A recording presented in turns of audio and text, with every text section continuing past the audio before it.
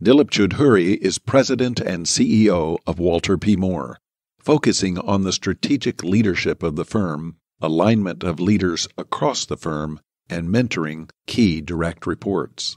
His visionary leadership has transformed the firm into a digital-first, technology-enabled firm. On this edition of This is Design Intelligence, he talks about the changes he's seen in engineering sciences in the post-pandemic period, the extraordinary innovation happening at Walter P. Moore, and how engineering can help better determine health and healthiness in buildings. Welcome to this edition of This is Design Intelligence, conversations with leadership voices in the built environment. Thanks for joining us on This is Design Intelligence, and it's always a pleasure when you and I get to spend time together. So thanks for joining me today. Thanks, Dave, for having me as a guest. Very excited to be here.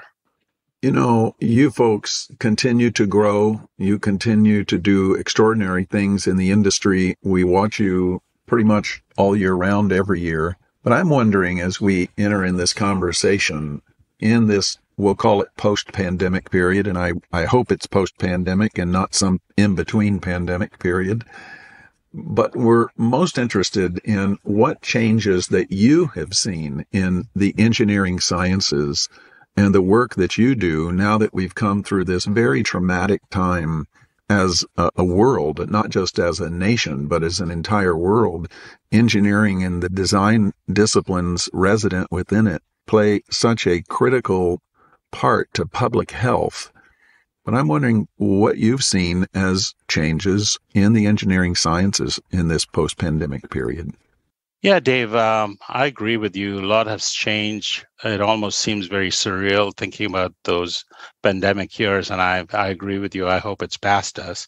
A lot has changed, but I'd like to kind of point out three things. Just as being a president CEO of a consulting business, there's been a greater focus on flexibility for our workforce. Clearly, our business is not for the faint of heart, and talented people will always favor companies that show them that they are valued by offering them high levels of flexibility on where they can work from. We've tried to adopt the best of both worlds.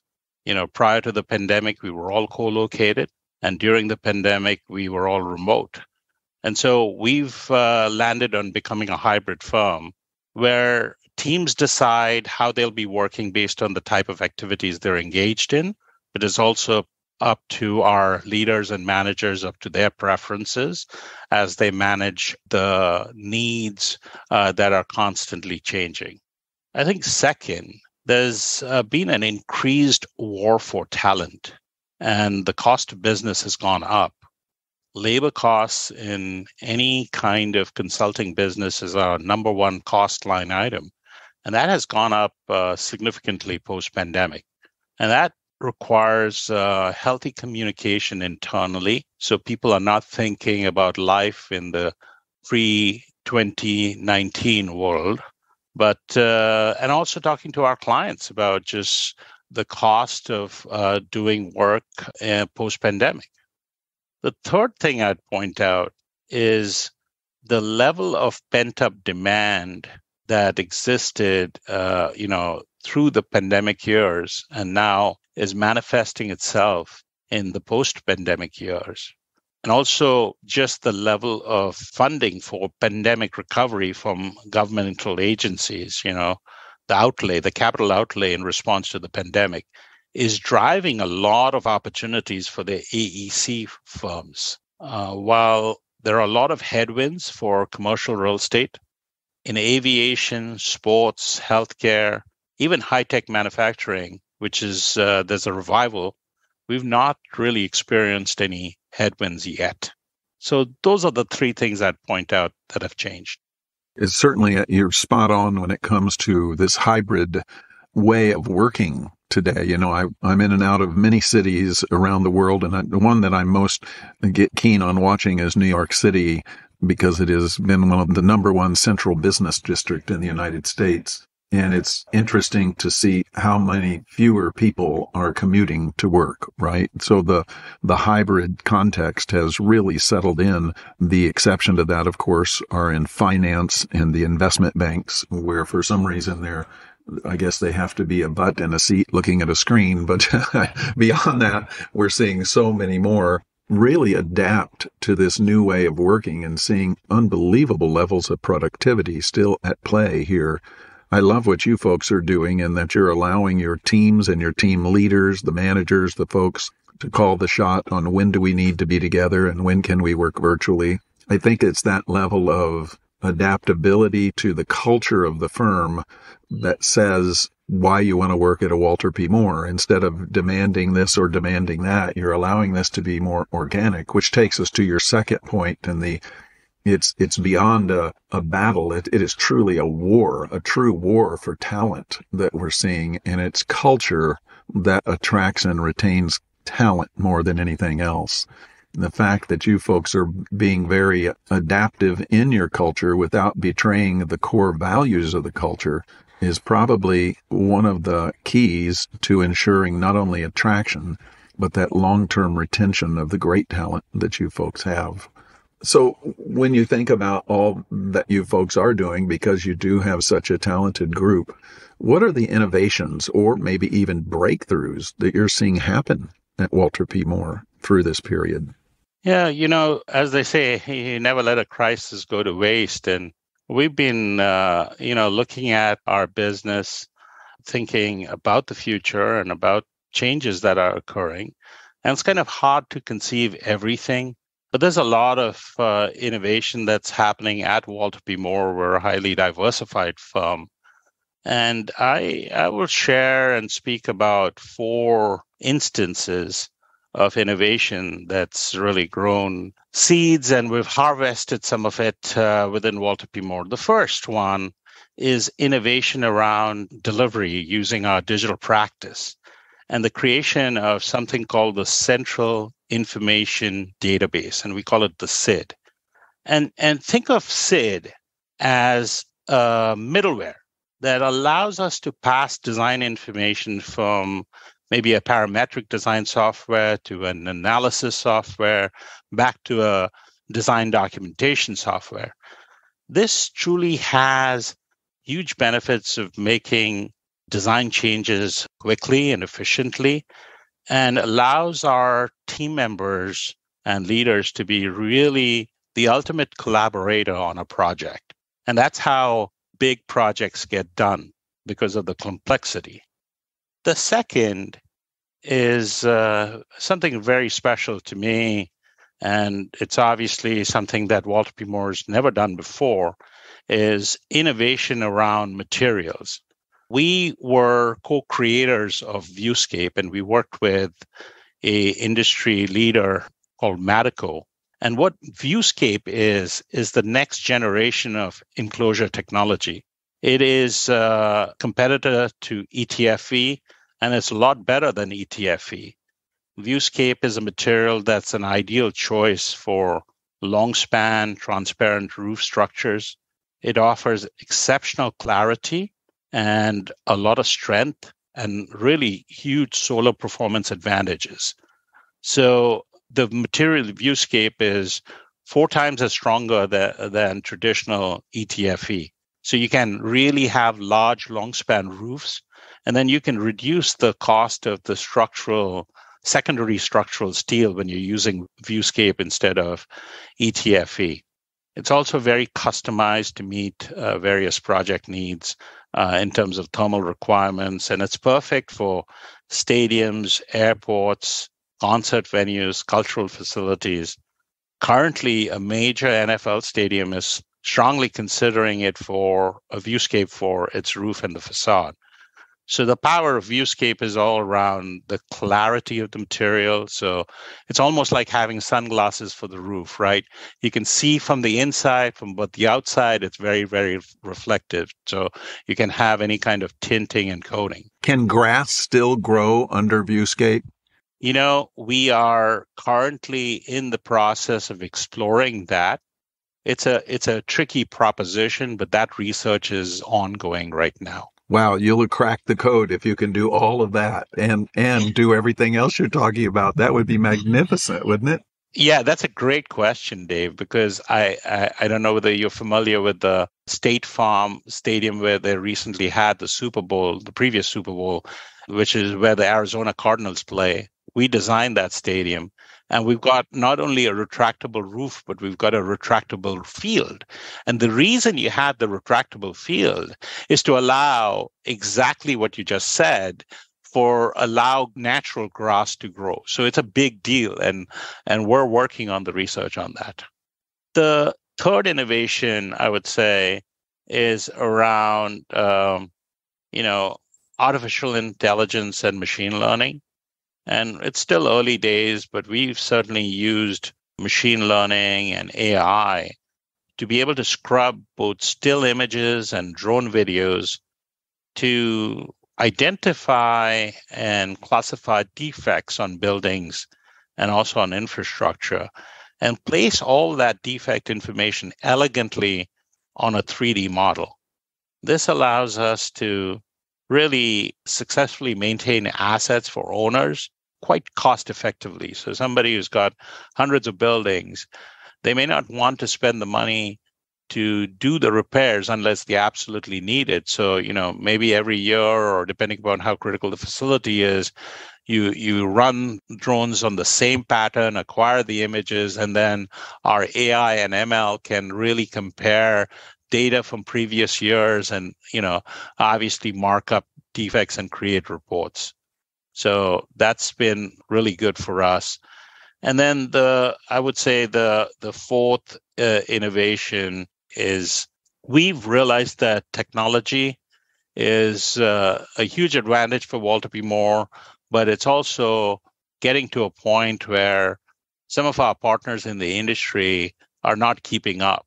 And so we've developed a suite of services around technology consulting, such as IT managed services, high-level consulting at the board level and assessments, cybersecurity, software development, AR and VR implementation services for the AEC industry. And so that is an outcome of just not only our capabilities, but just knowing how smoothly, during the pandemic, we moved from being 100% co-located to just being from I would say, 30 offices to 800 plus offices because everybody was working from home. The amazing things you guys are doing. You never stop. Everybody's always moving at Walter P. Moore. And it's not like it's a bunch of crazy people doing a bunch of crazy things. It's very gauged. It's very planned. They're very defined projects beyond the work of projects we're doing for clients. I would describe Walter P. Moore as a learning culture. It's always learning to better itself, to better its clients, which is, I will tell you, a real distinctive of the firm. The thing I always enjoy when you and I get time together is we range far and wide in our conversations. We'll talk about economics. We'll talk about what's going on in the Middle East. We'll talk about what's going on in Asia Pacific and China. You and I are often talking about major changes happening outside our industry and other industries, and all those, how they reflect back on the built environment. Dave, I'd just make a comment here. I think kudos to you and Design Intelligence, because you brought that kind of information, clarity and knowledge, and offered it to the AEC industry, at least those who are willing to learn. And I've always enjoyed everything that you put on from a global perspective on what's happening internationally on topics that are related to our industry, but are not easy to really capture data and, make it knowledge, right? Distill it into things that really informs us. And so I think you've done an excellent job with your team, and you've had some real subject matter experts, a very impressive group of people who've been keynote speakers at your various events. So kudos and thank you. Well, thanks. Thanks for the kudos back, because I was going to say the same thing to you. I'm going to guess all of your life growing up, you have been a curious sort. What is it that took you from wherever you began and ended you up as a leader of a major engineering firm? What do you believe were some of the core traits in yourself that led you to this position of leadership? Oh, that's a great question. I don't reflect on it as much, but I would say that a couple of things. My father was an entrepreneur. He was a developer. My grandfather's a civil engineer. My sister is an architect. She's got her own architecture firm. And so I've been around business for a long time and entrepreneurs for a long time, particularly in the AEC space. And so that truly was a advantage for me. Plus, when you live in a city like Kolkata, when you grow up, I grew up in Kolkata. I mean, 14.5 million people, at least then. It's probably grown now.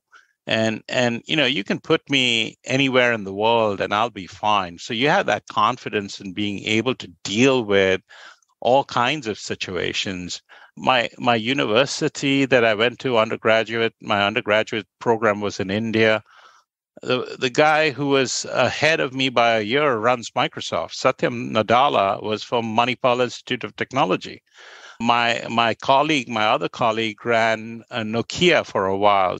Rajiv Suri. And then there were others, done other things. So very, very much growing up in an entrepreneurial environment and then coming back and being in a university where you had a lot of people who had an entrepreneurial mindset was very helpful. And then honestly, coming to the US, I went to SUNY Buffalo.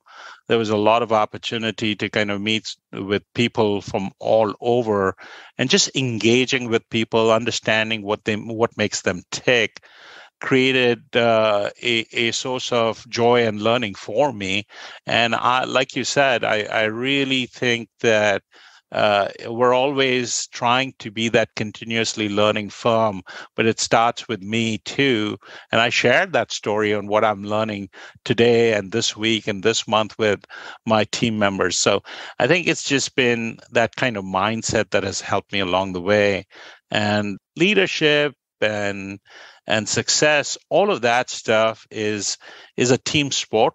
And so there are a lot of people within Walter P. Moore. We have an awesome team that have really contributed towards the growth and success of Walter P. Moore. So, I fortunately, because of my role, I get a lot of credit for the work that a lot of our people do. So, due credit belongs to where it must. So I've got to acknowledge my great team. Yeah, and I think you do a wonderful job that way. I was reading recently out of Peter Drucker, if you'll remember him, one of the famous thinkers about business, and he says that the ultimate role of a leader is to help others, that is, the people they lead, become their highest and best.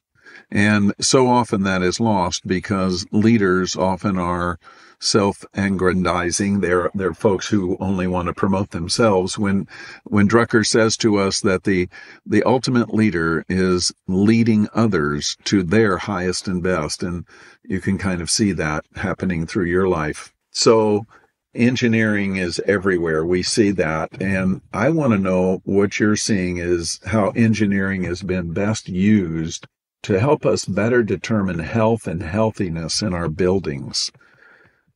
Certainly when we think about MEP as a core engineering discipline focused on the quality of the air that we breathe, it goes beyond MEP. How else is engineering being used to better determine health and healthiness in all of the buildings that we live in? Yeah, and I think, if you look at the post-COVID context, I would go with, what you started to talk about, things like indoor air quality, thermal comfort, acoustics, lighting, If you want, there's been a major flight to quality in commercial real estate, right? People want to go to better buildings, access to nature, to name a few. All of this has been very important to the occupant, particularly when firms are trying to draw people back into buildings. Clearly, buildings that have a higher performance have also a higher return to the office. We do see, things that were ignored before, things like HEPA filters and UVGI filters, which are what our mechanical consultants are specifying, are becoming more and more important. Architects are paying attention to more finishes such as antimicrobial paints, wood, better textiles, better plants that can improve your indoor air quality, things like natural ventilation. All of that is key trends. Simply put, really better buildings will result in, higher levels of productivity. And that's a big deal. You can do the calculation and it really, really works. The location of buildings, overall, it matters. In the CBD also matters. Our occupants, people who are coming into a building, that community, they want better options in terms of food quality. They want to be able to access other things such as health and fitness facilities in the building or around the building. From a technology perspective, we talked about, the commercial real estate headwinds. Today's technology can allow you to visualize and other adaptive reuse of existing buildings, even though that's a very expensive proposition. As this tsunami of issues around commercial real estate becomes real, you're going to have a lot of buildings that are going to be so-called zombie buildings. And that's when the creative thinkers in our industry will find ways to do other things with buildings. Because if you look at any major downtown, if there's a sports facility, you may have 70,000 people come downtown to watch a sports game. Yet our buildings are fairly empty on a Friday, on a Monday. Maybe you get a little more traffic on Tuesdays, Wednesdays, and Thursdays. So such is the issues that exist. And I think the quality of the buildings are getting better. And we are paying attention to things that make people feel good when they're inside these spaces. That's extraordinary. And that's what it comes down to at the end of the day. Are we bettering human health? Are we bettering the human condition through design? And that's really what we're called to at the end of the day in this place. I just want to say thank you for taking the time to do this with me today. I certainly appreciate it. Oh, it's a privilege and an honor. So thank you for having me. Thank you for joining us for this edition of This is Design Intelligence. The producer is Laura Spells. The sound engineer is Jared Knable. This has been a DI Media Group production.